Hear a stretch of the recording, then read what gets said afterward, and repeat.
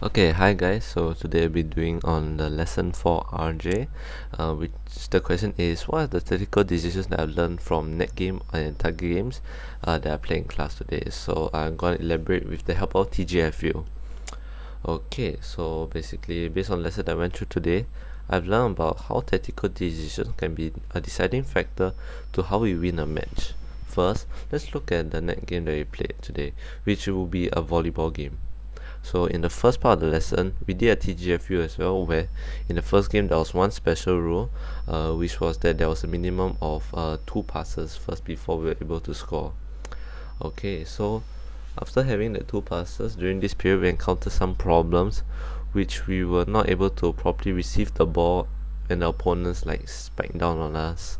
So we were on the losing end at that point.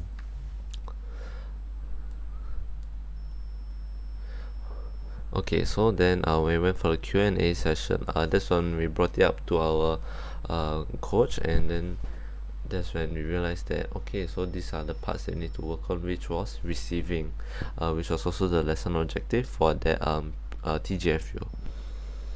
Okay, so since receiving was the lesson objective, the practice session was about learning how to do a proper receive, so like just throwing and doing the receive itself, followed by having a progression where we try to rally with our partner or practice mate, just to see how many times we can rally to each other doing the receiving skill. So when moving on to the second game, there was one new rule that if we were to use a hit receive, every time we hit receive, we'll get 1 point, and then there was a maximum of 3. So basically, if I hit receive to my friend, and then she also does the same skill set, we get 2 points if we are able to hit it back on the second one. So this new rule made it more so that if we want to get more points and win the game, we will be doing the receiving skill that we just learned. So for the second part of the volleyball session, we went through a practice game where the first part of the game was that there was a special rule that we had to start the game off by serving from behind the blue line or behind the court basically. So when doing this serve, the serves that we were doing were mostly underhand serves. So underhand serves led to the ball flying up high and then dropping down afterwards. So like an arcing motion of the ball, arcing trajectory. So because it's arcing, it allowed for the opponents to actually have a lot of time to position themselves better, so that they're able to use the receive skill set that we actually learned earlier, and then be able to hit the ball back to us. So so that was something that we wanted to work on, because we were allowed to serve but we also want to score points. So during the Q&A session, we brought that up, and then we realized that if you want to do that, we have to find a serve that would allow us to do so. So the serve would be kind of like overhead hit, where it would like just fly right above the net and drown. And this will allow the ball to fly faster as well. So by doing so, it will be harder for the opponents to like react to the ball and position themselves, allowing for us to make an ace, which is also like just scoring a point right on the serve. So we did some practices in which firstly we're just trying to get the hang of actually doing the serve properly.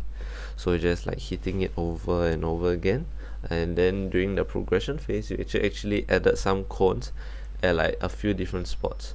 Like it was mostly at the sites where players might not actually be covering during a game like situation. So we were tasked to try to serve to those specific spots and hit down the cones. So that was the progression made during the practice. So finally, during the second game, there was one new rule where if we were to serve using that overhead serve, and it was to hit in an open area that no one is guarding at the moment, we will get actually 2 points. So this allows us to try to keep using this overhead serve and try to be as accurate as possible to the places that are not being guarded. So these are two TGFU for the volleyball game. So when looking at the tactical decisions made in both of these games, we can actually refer to the 4 R's, So basically it's read, respond, react, and recover. So basically these are 4 R's. So firstly, let's just start off with read. So read would be when we see the ball coming and we have to use our tactical awareness and decision making. So that's like, we see the ball coming, where do we go, where do we move to? So respond will be off ball movement before making skill execution, such as covering. So we quickly go to the place that is not being, where the ball is flying to, and we cover it. And then finally, not finally, but react will be when the ball is actually close to us. We do the skill that we learned, so the receiving, and we hit it back, which will be the recover, and then followed by the recover phase, which is after doing the receive. We have to quickly recover ourselves, recover our composure, and get ready for, maybe we have to run out to do a spike, or maybe we have to prepare ourselves for the next opponent's hit quickly. Okay, so basically when looking at the volleyball, we have to think about where we want to hit, how we want to hit, and like what type of hits we want to do, so that we are able to score the goal. So it's like all about thinking where, how, and do. But during net games such as this, the pace is actually quite fast, so we have to think very quickly. Okay, so now moving on to target games. So target games are kind of like darts or beanbag throwing at a specific point, or like golf also. So when playing these games, we can actually take a step back before actually doing the shot or the executed skill to stop, think about how we want to do it and how we are gonna do it. Okay, so firstly, today what we did was actually golf putting as well as beanbag throw. So let's just start off with golf. During the golf, we were just told to we were told how to use the putter to hit the ball towards that pin that was on the floor. So we actually had to look at where our goal was, which was the small pin, and then try to aim using the putter.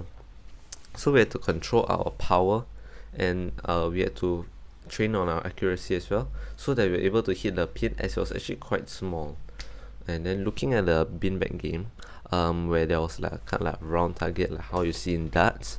Basically the middle was allowing us to gain 5 points if we were to throw the beanbag to that area.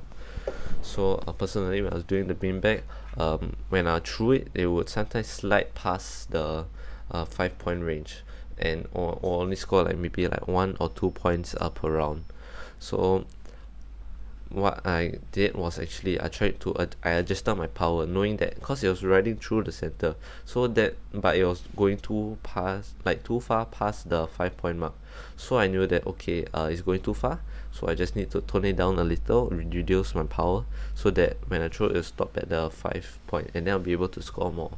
So that's what I did, and after getting used to it, I was able to score at the 5 points consistently. Okay, so let's say I apply this skill or this teaching method to younger students. By doing this, by playing target games, it will allow for them to develop their manipulative skills and basic decision making. This is because we are not being rushed. Target games are not as fast paced as compared to the volleyball game, which is